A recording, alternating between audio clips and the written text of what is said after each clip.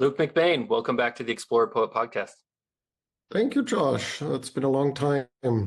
Yeah, absolutely. Yeah, yeah.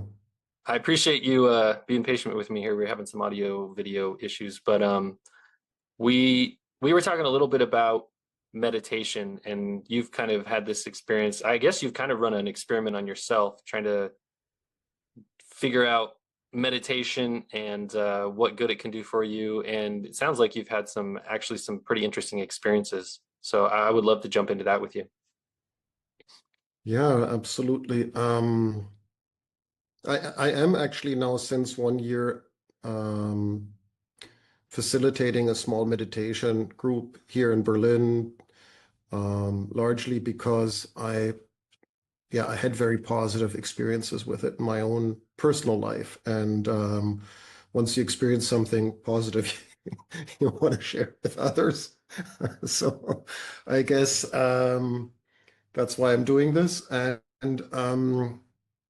yeah, I mean, I have in the past dived also very deeply, just like you, into questions of psychology and self-exploration, let's put it this way, and trying to understand where certain aspects of, your own character come from, uh, why we are who we are, why we experience life in a certain way, why we have moments of inspiration.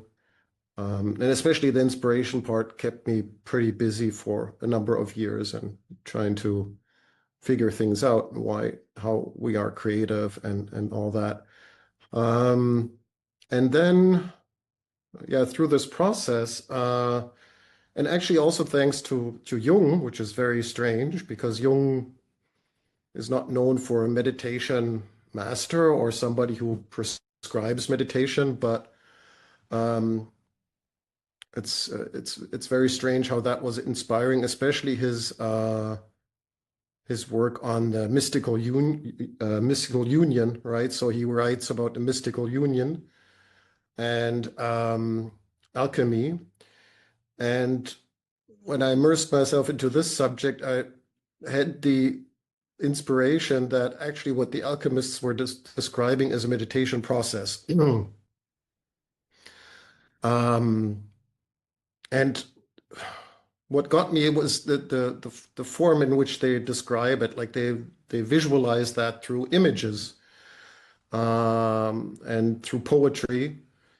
And yeah, basically they were like yogis who described how they arrived at at moments of inspiration. So that's what they what they were trying to describe, and it's very simple.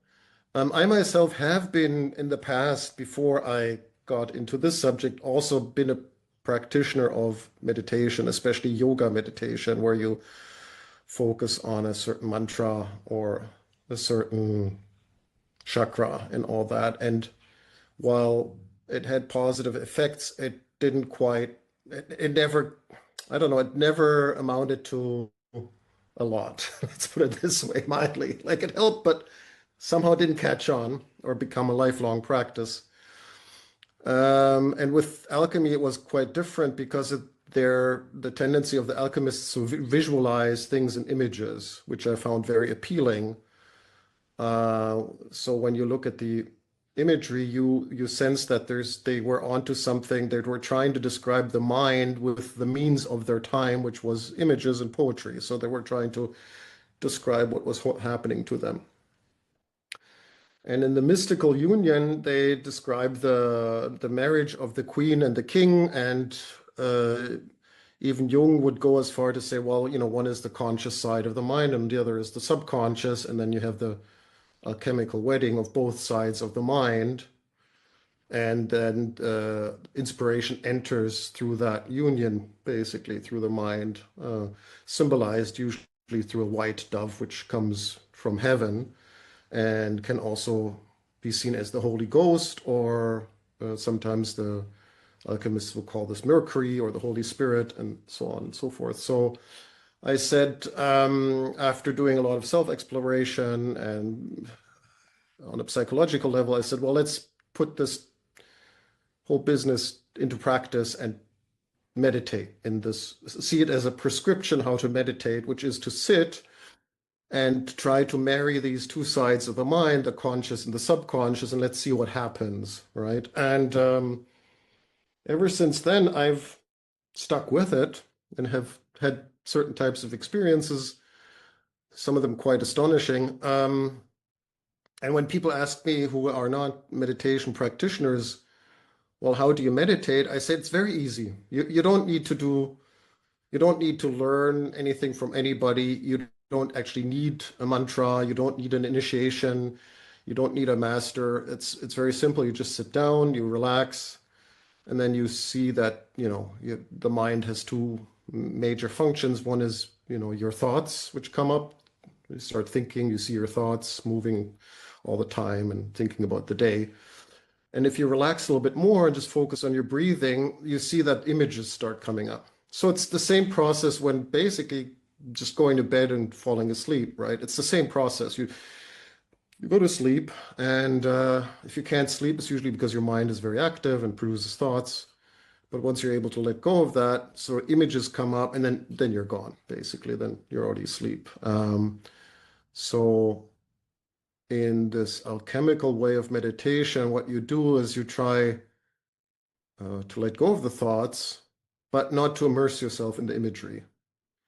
So to try to stay in the middle of this mystical union and not to give way to either thoughts or the imagery in that process. So that's it. It's very simple. I mean, the first 6 months or so are a little bit challenging, but it gets easier as you move along. And again, what's interesting, it seems to it's all out there. It's a very simple process. They've described it in great detail, these alchemists, and of course Jung also in his work describes it, and anybody can do it. Yeah, that's Yeah. interesting. I actually spoke just recently, I spoke with Dr. Connie Zweig, and she's a Jungian who started off in the transcendental meditation space, and she moved away from that eventually. But she then became very focused on the shadow and doing shadow work. And she has a very interesting process for doing shadow work, which in a sense, it sounds similar to what you're describing, where she says you start with grounding yourself, meditation. It could be anything. You could be walking, you could go for a walk, but just, be paying attention to yourself and kind of grounding yourself. And then as you do that, you pay attention to the thoughts and images that arise in such a way that, for her, she was speaking specifically about dealing with the shadow, the kind of the self-sabotaging aspects of the shadow, where you may have some behaviors, you may have some thoughts or core beliefs that eventually they trip you up in life in an unconscious way, and you don't understand why you keep kind of making the same mistakes that hold you back. And she was saying that what you do is you spend time thinking about or just kind of observing the things that arise within you, and then rather than push them off, rather than ignore them, you actually engage with them, where you interact with them, you ask them questions, you ask them who they are. She recommends labeling them. So if you think about it from a archetypal perspective, these characters arise within you, and it may be the character that wants to overeat, the character that wants to overwork, the character that wants to stay up late at night and be very tired the next day. And so you start labeling these characters, and then once they're labeled, you can actually interact with them as if they're some real thing, and they are a part of you in a way. And so from her perspective, this is shadow work in the sense that you start to see what's in the shadow, you start to label it, and then you start to interact with it, asking it what it needs, why it's behaving this way. And you do it in a kind of an explorative, in an explorative sense, where you are trying to genuinely get to know this aspect of yourself and make it feel heard, make it feel understood. And in that way, you gradually kind of release these energies that have control over you, or from a Jungian perspective, you might say integrate these aspects of you that have some control over you. And it sounds very similar. It's interesting because yeah, this balance between seeing the images and noticing your thoughts, but then not becoming entangled with either one of them, kind of walking that middle point where you're it's all it's all very connected to kind of your idea of luminosity in a sense, because it's always that liminal space where you're not fully on either side of the line. How do you do that? How do you, is there a specific way or method for just staying in that space and observing without getting pulled one direction to the other? Yeah, I mean, yes and no. I mean, I think it is helpful in a meditation process to um, be able to do what you just described, to have a very good understanding of yourself and also what you and your acquaintance calls the shadow and certain aspects of the mind. I think that that is helpful because, of course, in meditation also there is this aspect then of sometimes being just overwhelmed by certain images or things happening to you or in dreams where you get like honestly very confused and say, well, what is happening to me in that moment? I mean, even if you decide not to follow the images, there could be something happening in that process where you go like, my God, what did I just experience? What just happens? Um, and that is something, and one could always say, well, it's a psychological issue which is happening, but it could also be something else. And I think many meditation practitioners and many, let's say, spiritual teachers are not very articulate about what that is. You know, what is going on in that moment when you have certain types of experience. Um, and it's very interesting that if you look at the, let's say, psychological literature, especially Jung, and then you look at other literature which has sees more the spiritual side of things, they seem to be describing the same thing but in different perspectives. Like I would say what Jung would call the shadow or part of a persona even, you know, it's like fluid. It's like, you know, one sort of would flows into the next. Probably Rudolf Steiner would call the guardian of the threshold, right? So, and it's, although probably both of them would say, no, that's not what I'm talking about, you can clearly see that there's a connection, what we would call or what we want to understand, something which we are, which makes up part, an important part of our personality and which we use in this world to understand this world, basically, right? So we walk and talk through that part of our being. And at the same time, this being seems to be something which stands between us and higher knowledge. So it's right on the threshold of things. And it serves a purpose and all that, that's clear. But, and of course, part of the purpose is not to be overwhelmed by certain types of experiences. Um, and in Jung's world, probably that would be psychological experiences, but in Steiner's world, these would be spiritual experiences. So somehow to protect yourself also from that. And this, so yeah, and well, Jung talks about integration. Steiner would call that probably something like transformation. So to transform that aspect of yourself into something which becomes more translucent and helpful because it tends to grow stronger the more you meditate, basically. That part of you also gets more energy, yeah, and more becomes more vivid even. So and I guess that's not like that's something not a lot of meditation practitioners talk about, that that's part of the process, that, and it's not always pleasant. It's not always pleasant to see that part of you actually having more energy then, even though you are transforming it at the same time, but because you're getting more and more sensitive, then also this part is becoming more and more alive. So yeah, Yeah, it can be that's where I probably see the connection. Yeah. Yeah, I could imagine. Well, also just experiencing some of that in my own life when you start to bring that other part of you into the more, we talked about it before where it's about balance. And for a lot of people, they're actually very imbalanced because they lean one way or the other as far as personality types, as far as introversion versus extroversion. And anytime you start to become more balanced, it can be very painful. It can be very uncomfortable because you're starting to rely on parts of yourself that have been neglected for a good chunk of your life, where this one aspect of yourself has worked so well, and at some point it gets fatigued, or you just want to feel more balanced, you want to feel more transformed or integrated, and to then lean on that part of you that's been underused, it's very uncomfortable. You have to strengthen it over time.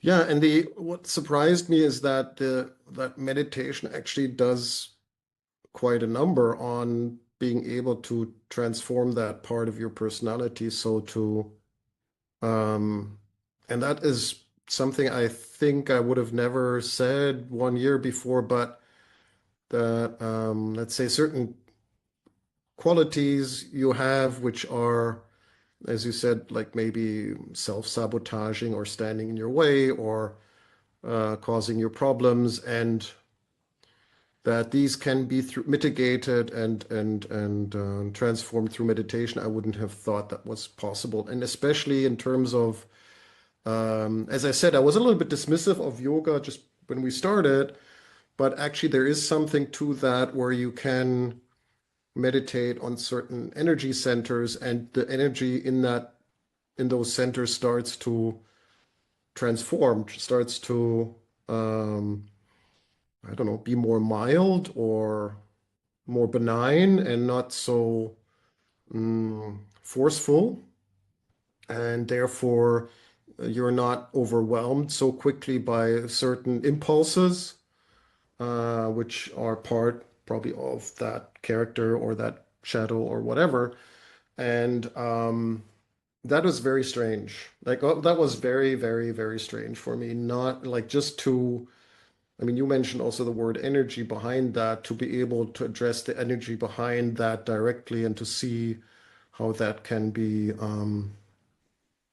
observed and changed over time just through meditation, just to focusing your mind on certain parts of your body and seeing how that then changes you as a person. Um, it's very weird, very strange, because it moves away from the idea of integration and like understanding through psychological means your own mind and trying to shine light into the subconscious space, which I've been doing a lot. And again, with luminosity, you can sort of like do that. You can see how their subconscious mind works, and so you shine a lot of light into that. But then you work more with the energy behind the image, basically, which projects this image. It's very strange, very odd, but it does something. Like, it does really change things, and I would say to the better. Yeah. Yeah, it's interesting to me because there is like a mystical side of almost every religion that we're aware of. So we don't often think about it, but there is a version of Christianity that's a mystical Christianity. A lot of that's been stamped out over time, over the last, two millennia, but there is a mystical side of it. The mainstream religions aren't interested in displaying that to you, but there's the mystical side of Judaism. There's a mystical side of Islam. That's who Rumi was. He was a mystic Islam, and so those, in the Western world at least, that mystic side of all the religions is where you would find meditation, as you're describing the meditative practice of, say, the alchemists. But in general, when we think of meditation, we think of the Eastern belief systems, the Eastern philosophies, so Buddhism and Hinduism and such, where they have a very different maybe approach or even reason to be meditating. From a Buddhist perspective, you're meditating to release your ego or abolish your ego, and to remove yourself from desires. But it seems to be that this practice that you're describing is something very different, where you're not trying to necessarily just, remove all association with, sensory inputs and your thoughts and your feelings and emotions. But what you're actually trying to do is spend time with them and allow, the way that you said it is the energy puts forward an image or projects an image, and it's as if you're trying to spend time with both the image but also then get down to the energy where it's coming from, whatever that spiritual thing is that's putting forth the image. You're trying to spend time with it, and in that way, not simply just remove yourself from these things, but actually allow them to transform inside of you. And in that way, I would guess this strange experience that you're speaking of is that transformation that you feel inside yourself. Yeah, that's it. I mean, the difference also being that, and I've also done some Buddhist practice, and I really love Buddhism, and I was very much interested in Buddhism for a longer time period, as well as yoga. And they're amazing practices, I would say.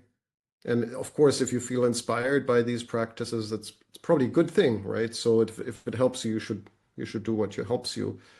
What what what didn't keep me there was that it, at least where I was, or with the groups and teachers I was, they um let's say they weren't able to navigate this liminal space in a spiritual manner, so that in between space. And I don't mean that just from a psychological point of view, although that is also important, sort of like to understand what happens to you psychologically when you start to meditate, but even beyond that. So, and I guess a lot of people start meditating or do a lot of meditation do have very, let's say, odd experiences, which can be manifold. And then that's probably a good place where a group or a teacher is helpful to say, yeah, we know this happens, and that's what it is, and can explain these phenomena to you. And of course, the phenomena are also very much tied to the culture which you are associating with. So, um, and that I think that's where the challenge arises, especially in Buddhism, but also in yoga, is of course that they originate in a different culture. So their description of this liminal space is quite different and foreign to what we know from our own traditions. So they have their own supernatural beings, they have their own description, how they describe the afterlife and what happens, and what visions somebody might have when they really meditate a lot. But they're very far from removed from our own traditions in the West. So I guess if you sort of like can relate to them and feel inspired by these descriptions, that's a good thing. But if you always feel them as foreign and just exotic, maybe it's good to look into your own traditions and try to understand uh, why we see other things in that space, why we have other symbols and images which come up there, and what are they? And so yeah, that's the reason why I didn't stick around for that. Although I really respect and I've learned a lot there, and I really respect the approach. I think there's a lot there to give, but yeah, that's just the difference I see in terms of uh, what is the experience? How can we talk about it? Do we have a common language? Do we have a common imagery to say, well, if you experience that, that's probably because of this, I don't know if that makes sense, but yeah, Yeah, I think That's how I it see makes it. sense to me. In fact, I think that Jung would probably agree with a lot of that. And he wrote about how a lot of people in the Western world, when they lose their religion, they still have this desire for spirituality. And so they go looking for it in the Eastern myths. And one of the big challenges there is that the symbols are so different and the processes are so different. The rituals are different. The stories and the myths are different. And it's not an insignificant thing because, us here in the Western world, Europe and North America, the kind of the monotheistic world, the myths that exist around us and the symbols that are correlated with them, it's not like they just appeared. They've been developing for thousands of years. And along with that, our biology has been interacting with those for thousands of years. So we have this kind of, this genetic connection and this cultural connection to the Western world in such a way that these are the symbols that connect with us, the cross and the other Christian symbols and the Judaic symbols and the even going back, I really connect with a lot of the Norse mythology and the Norse symbols and the runes.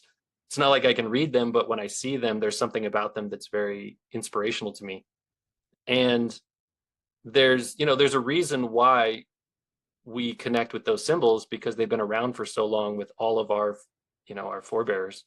At the same time, if you go to the Eastern world, you could really, I've read a lot about Buddhism and I've practiced certain types of meditation that are more in the Eastern version of meditation. But there's just something there where you can never fully connect with the symbols and you can never fully connect with that philosophy of life in a sense. And from my experience, there are a lot of Westerners who have gone over to Buddhism and stuck with it. And they're great people. I'm sure that, I have no judgment against them. But it is odd to see a Western born person who's practiced a lot of Buddhist meditation because there's just some kind of difference in their eyes. And in a way, you can see that they really did obliterate their ego or they snapped out of something and there is kind of a strange kind of loftiness in their eyes. And for some people, maybe that's what they want, maybe that's what they need. But for me personally, and I'm sure for a lot of people in the West, it's actually far more important for us, or it's been more useful for me to just wrestle with the symbols of my own world, to go back and try to understand where they came from, what they meant in the past, what they mean now, and then what do they mean to me, and how do I connect with them? And that's to me that seems much more valuable. Yeah, because if you, let's say, I can't speak for every Buddhist or every yoga practitioner, but the challenge there, of course, being that if you share certain experiences, also certain dreams, or certain insights gained during meditation, that then perhaps there's the tendency to say, well, that's just something psychological, right? It's not like this world is informing you in a meaningful way on your spiritual progress or on your spiritual journey. That's just psychology, and you can ignore that. That's just your psyche acting up. I mean, I sort of had a yoga teacher who had that sort of tendency, um, but I find that not to be true. It's just because they are meaningful events and they are, let's say, helpful in your general orientation when you have a spiritual journey or a spiritual practice. So I don't think it can be just dismissed like that, or it can only be dismissed in a way where you are not navigating that space in a meaningful way or not able to because your whole system is oriented somewhere else. And you go like, yeah, well, I don't even know what that means, what you're talking about. In my system, that there's no place for that. We have the bodhisattvas and then they appear. And so if the bodhisattva doesn't appear for you, then I don't know. It's, but instead, maybe some Christian angel appears. What do you do then? I mean, that's what I'm trying to talk about, that there are certain spiritual experiences which only make sense in your own culture. I think even the Dalai Lama said that once, and I remember that distinctly in an interview, what he said, because at the time I was practicing Buddhism, that he said in an interview, well, if you are spiritually inclined, try to look first in your own culture before you go somewhere else. And I think that in that context now it makes much more sense. Back then I had no clue why I was like almost offended. I said, "What? You don't want me?" But now it makes sense, um, because you need basically the culture and all that is and also the scripture and all that is all means for orientation and help. So other people who have gone that path before, let's say, a mystical path, they've written about it, but of course they've written about it in your language or in used imagery which you can understand or relate to, and not which might not make sense somewhere else where people go like, no, I didn't see that in that way. So yeah. Language is so important too. I mean, to really be able to talk about something, to wrestle with it, to explore it, you've got to be able to put a word to it. You have to label it. Language is this magical thing where once something has a word that describes it, it pulls it into reality and it makes it tangible in a Mhm. sense. And without, obviously there is language to describe all of the symbols and the stories and the characters from other myths, but it's not your language. So in the same way you were describing, the characters or the appearances in the Eastern world, those words don't mean anything to us because they're from a different language. It's like when I was younger, I served an LDS mission in Korea. And while I'm there, I'm learning Korean. And part of doing that was I learned, just not in my studies, but just being around other people and on the streets, I learned a lot of the Korean swear words. And if I was to say a Korean, like not that I did because I was a missionary, but if I was to say a swear word in front of a Korean in their language, they would have an emotional reaction to that word. But for me, being a foreigner, they didn't mean anything to me. They were just sounds, and I had no emotional connection to them. And I found that fascinating. And in the same way, when you're out on the street, you come across Korean kids, high school kids or whatever, and they all learn English over there, and so they want to speak with you, but they also know the swear words, and so they're throwing out these swear words in English at us, and they have no emotional connection to those swear words. But me, I'm like, oh my gosh, I can't believe these kids are saying this. But it's just because that's how language works. And in the same vein, in the spiritual realm, even in the psychological realm, you use these words to describe things. And so when you say angel or demon in the Western world, everybody has like a firm, or at least a personal understanding of what that word means, even if it's not the same as the collective. At least you have an intimate understanding of what that word is. And when you go into other places and you experience other symbols and words to describe those symbols, you just don't have that same long-standing kind of emotional connection with them.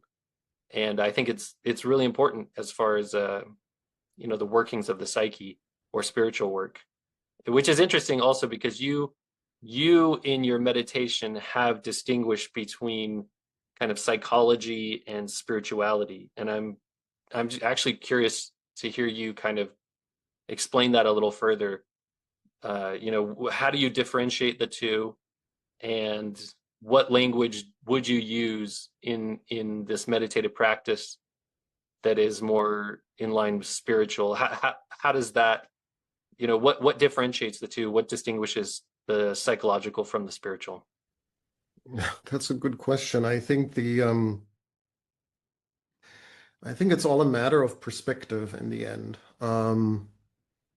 Let's say, and it's really, really difficult to explain that because it's a matter of experience and it's a matter of uh, maybe partly also belief. And but for example, hmm, if we dive together into a liminal experience and look at it, we can say, oh, this is all psychology. So this is all produced by my mind.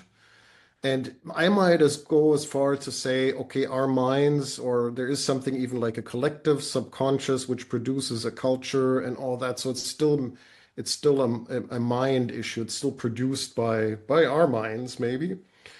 And the other perspective is then to say, well, there seems to be something present which is not in our mind anymore. And that would be something spiritual. So, and then you can say, I accept that, or I don't accept it. So that's a matter of choice, and that's totally fine. Like you can just say, no, I don't believe in that. Doesn't exist. Or you say, and I guess the differentiating factor is what helps you to understand your life better and helps you to have a better life and to be a better person. And if you are, happy with the psychological explanation and that satisfies these needs, then that's fine. But there seems to be too many unanswered questions, like which I think cannot be explained anymore by psychology itself. So um, there is this, for example, there is this very strange, and anybody can try that out, is to just take any childhood memory which is important to you and not see it as a actual event, but a dream event. And if you do that, like you, as I said, sometimes things are just a matter of perspective. If you change the perspective and say that was just a dream, or just a dream is good, but that let me see that as a dream. Immediately what happens is you see this as an important spiritual event. It's very strange how that happens, but I can just recommend everybody doing that and saying, if this were a dream, if that is something I had dreamed, and what would be the significance of this dream, then the significance usually always is a spiritual significance. It's very, very strange. So, and how can you explain that? Like, why does that happen, and why does that happen to a lot of people? You do that with,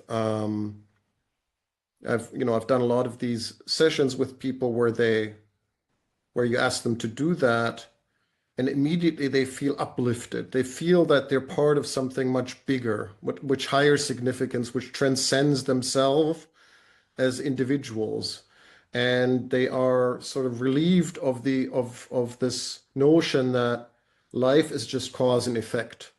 Like this insight is almost instantaneous, that they are liberated from the notion, oh, it's my life is just like cause and effect, or my life is a production of my psyche, whatever, So you could say either circumstances or psyche.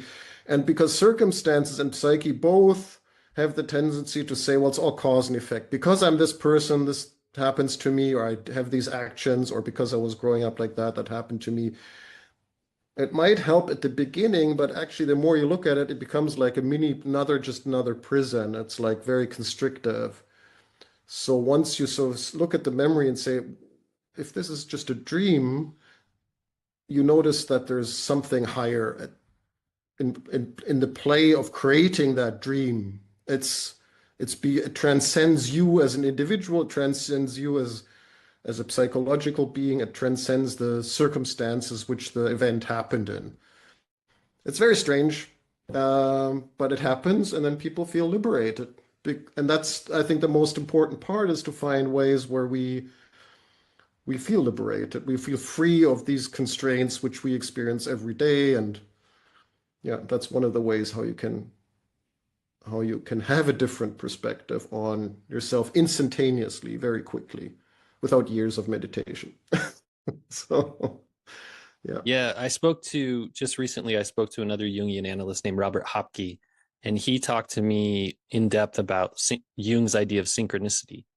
And one of the mistakes that people often make is assuming that synchronicity means cause and effect, whereas Jung specifically called it an acausal phenomenon, meaning that there isn't this like thing going on out here.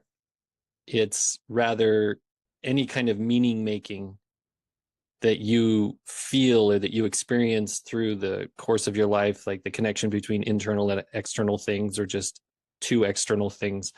That connection is acausal, meaning that there is no real cause and effect. It's just that your mind is making connections.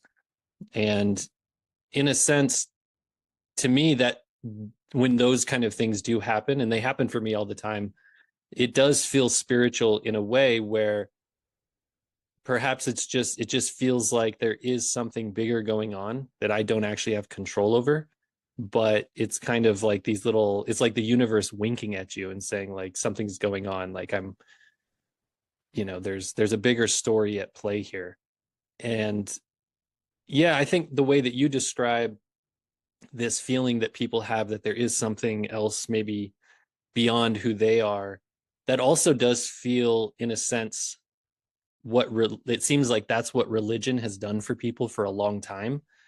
And in our Western world, again, we have in the Christian world, we have these ideas of God and Jesus Christ and the Holy Spirit and this gospel and this salvation and resurrection. And these are things much bigger than us that we can't really control. But if they're there, then it does feel like we have this spiritual purpose or this spiritual existence.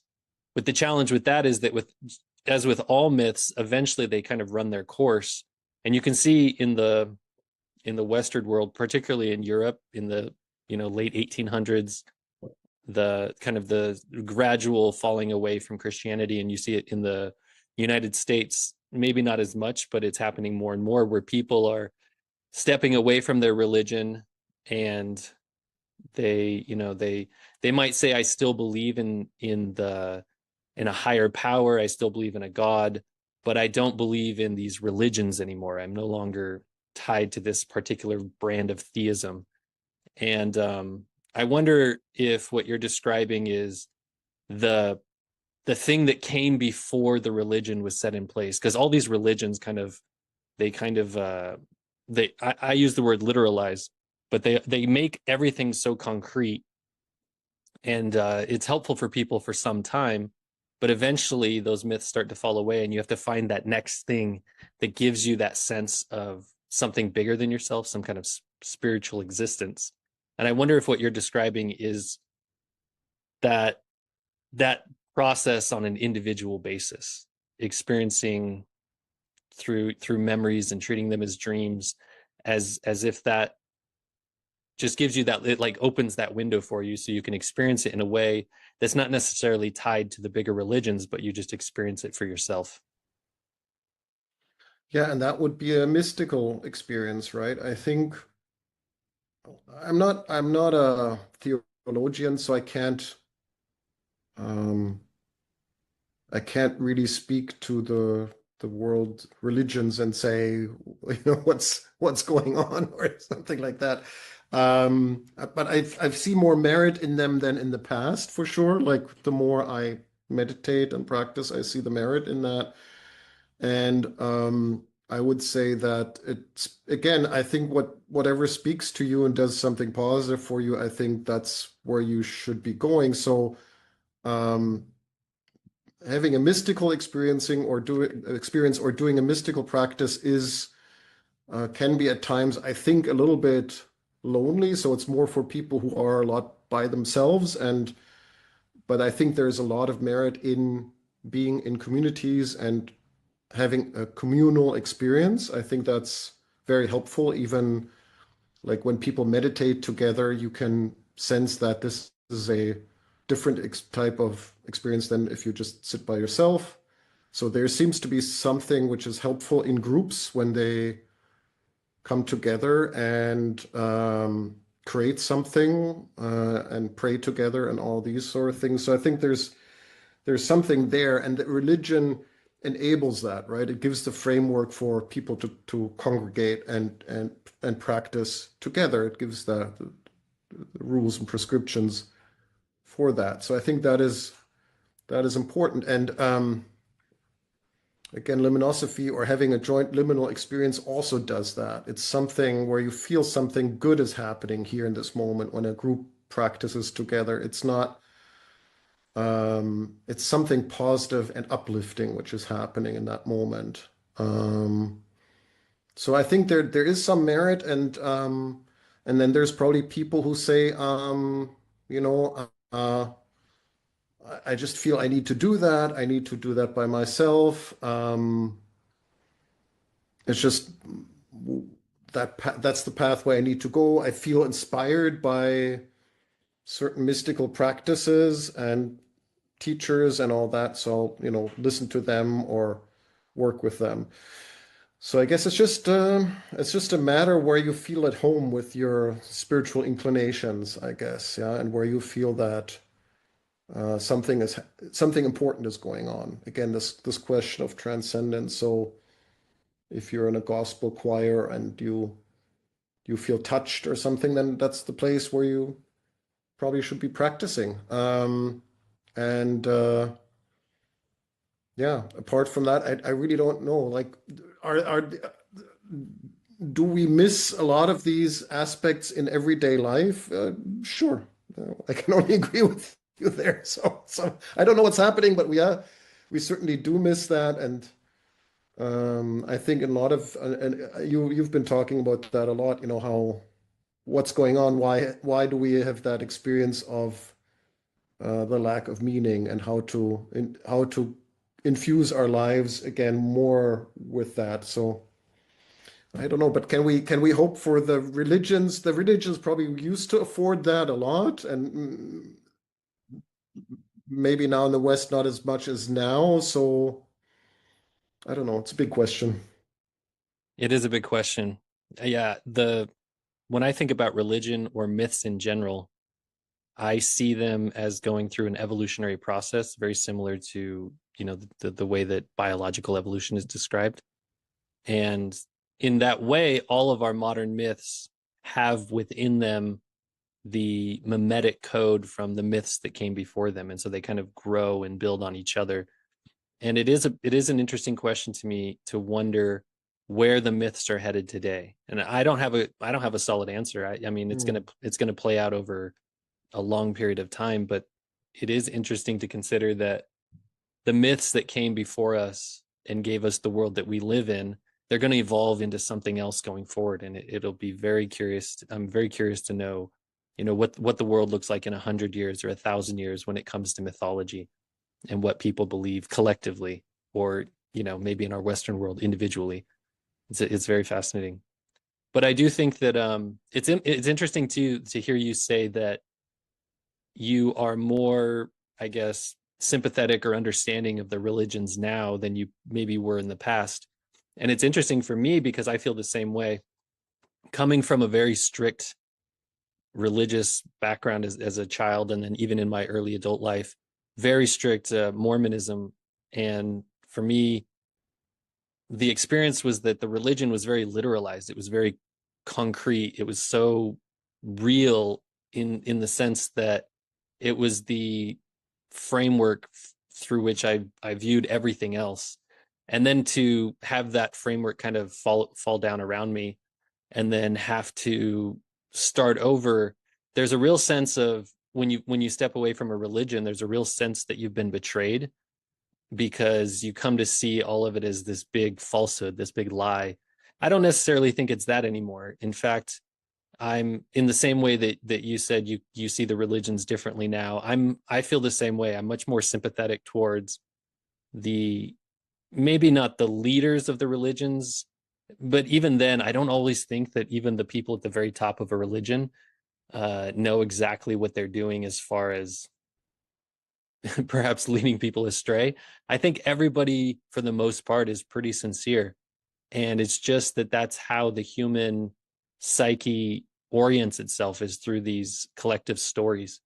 And so when I look at people who are very religious, who have a very literal interpretation of their religion and think that that's reality, I have a lot more kind of understanding and sympathy for them. No, I'm not saying pity. I'm just saying I understand where they're coming from, because this is how humans have organized themselves for almost as long as we've been humans.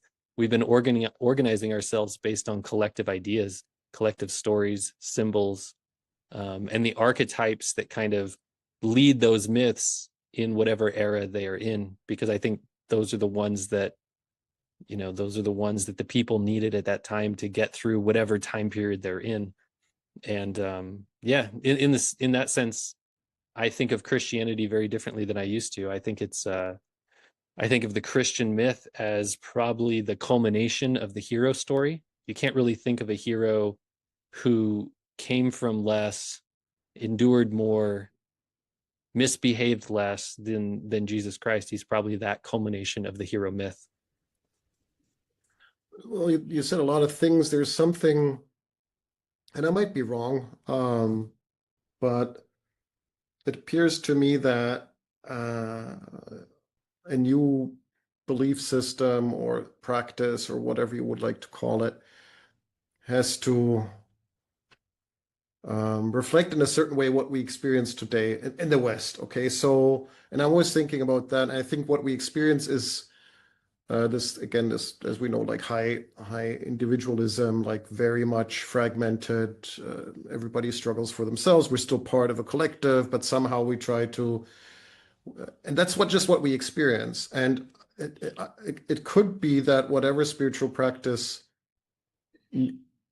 is there would need to reflect that as well, to say, actually, what you're experiencing is not something bad, it's something necessary, and it's something very good, in fact. And uh, since we all experience that, there is already this communion again of people who say, yeah, we all have this, but when we come together, we have that again, that transcendental experience together.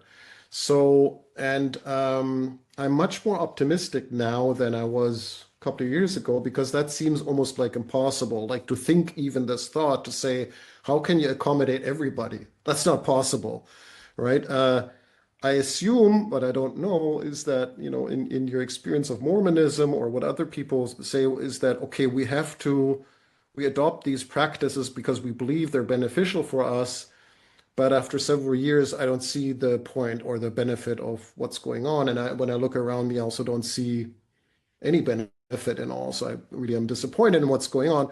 But I think that's how they were thought at a certain point, is if you do that, then it'll have a positive spiritual effect on you, right? So, and what happens now is it could be the other way around, that whatever needs to be done for people is very much incorporate that type of experience here, which we have, and say it's totally fine. Because there's another thing where you said collective stories and collective myths, and what came to mind is that a lot of these aspects also, where I was puzzling about that and said, what are our collective stories? What are our collective myths? Everything is fragmented. Everywhere there's an opinion. People see different things all the time, or have a different opinion about everything. Where I got like, well, maybe that is part of our collective experience. And maybe sometimes things are even much closer, and we're just not able to see them clearly, because everything has become so close to us. I don't even know how to say that, but let's say cinema or Netflix, or everybody watches that stuff. And actually, what you're always engaging in is some sort of collective mythological experience, but it's just like we take it for granted. It happens every day. We talk about it with friends and so on and so forth. So some things seem to be going on, which that's what I'm trying to say. There's a lot of things going on which we are taking for granted, but which have actually much higher significance than we sometimes ascribe to them. So, oh, this is just entertainment, or this is just for fun, or whatever. But actually, there is something more important going on. So these 2 points I just wanted to make is that I think it's okay if a practice responds to what's happening and reflects what's happening in our society, and I think that is probably something which is needed.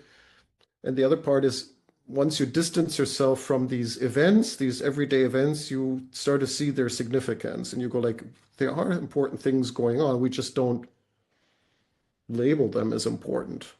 I don't know if that makes sense. It makes a That lot of made sense. sense. Yeah, it makes a lot of sense. There's the way that you describe, going to the cinema, going to the movies, and you think of it just as entertainment. That's when a story goes from just being a story to a myth, is when the people no longer see it as anything that's influencing them. They just see it as reality. This is just what we do.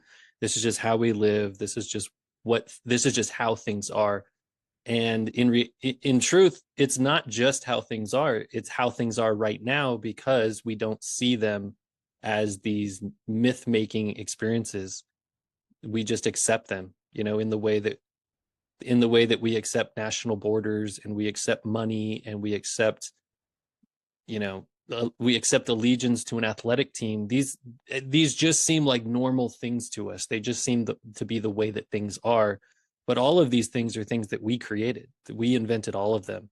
And that's the power of myth, is to present a reality to you in such a way that you don't even know it's being presented. You just think that it is. And I find that fascinating. And then also going back to what you're saying about, everybody having their own opinions and everybody having their own thoughts about everything. And it does feel that way. But I think that part of that's the result of worshiping a monotheistic God for the last few thousand years in the Western world. Because from a Joseph Campbell perspective, to worship something is to emulate it. And it makes a lot of sense. Anytime you're trying to worship any of the ancient gods, or you're trying to worship, Jesus Christ, what you're trying to do is be like Jesus Christ. You want to, what would Jesus do? How would Jesus act? What would Jesus say? How would he treat his brothers and sisters? And so to worship something is to emulate it. And the way that the myths work is that over time we worship those gods long enough that it has the effect on us as a collective that we actually become more and more like that thing.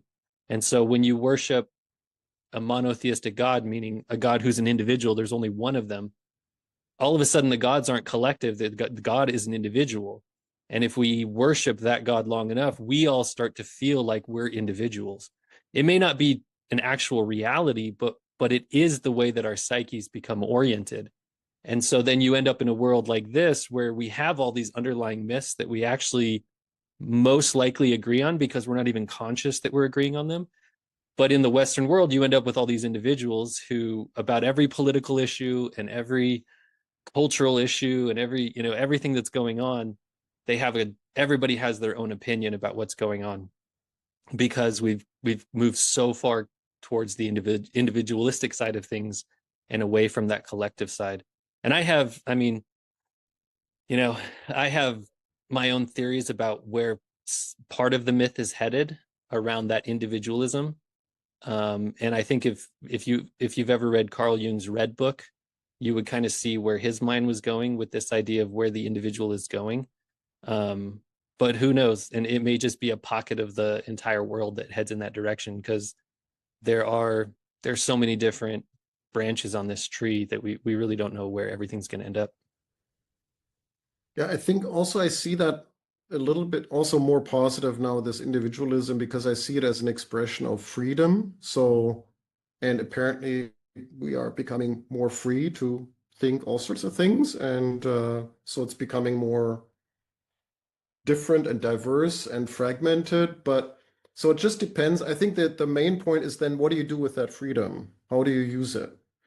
Do you use it to express yourself and your opinion and try to, just make your opinion the right opinion, or make it about yourself? Or do you use this freedom for something else, something bigger, maybe something more benign and more beneficial? And so it's your decision how to use that. And I think that's actually, again, something I find then more optimistic, because I like that idea. I like the idea that it's up to us how we develop and what we develop ourselves into. And we have to trust basically the benign nature of us as a species to say it's all good. That's actually a good thing that we have that freedom and all this diversity, because that means every person has the option to go on that exploratory pathway through different means, arriving again at the same goal in the end. But that could be something positive. So again, there's a little slight more optimism now on my end, because I see freedom as something really important. And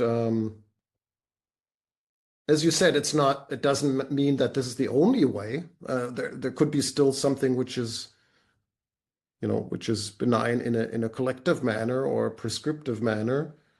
I'm not saying that, but that's why I derive my optimism now from, that I go like, this could be also something good. Yeah. Yeah, I think so. I think freedom is very important. But I also think that, I mean, this kind of brings it full circle to the way you were describing meditation at the beginning, where if we're going to have individuals and we're going to have freedoms, we need people who are conscious. And the type of meditation that you're talking about, where you sit between your conscious side and your unconscious side and you let those two interact, that's, whether you want to call it transformation, transcendence, integration, sublimation, individualization, whatever you want to call it, it's a process for becoming more conscious as a person, for ensuring that your shadow doesn't control you, for ensuring that your unconscious isn't guiding your life. And I think in essence, what myth has been trying to move us toward for all of human existence is towards more consciousness. And I don't know, this was an interesting conversation because the way that you describe it, I think that is a process for doing that very thing. You said it perfectly.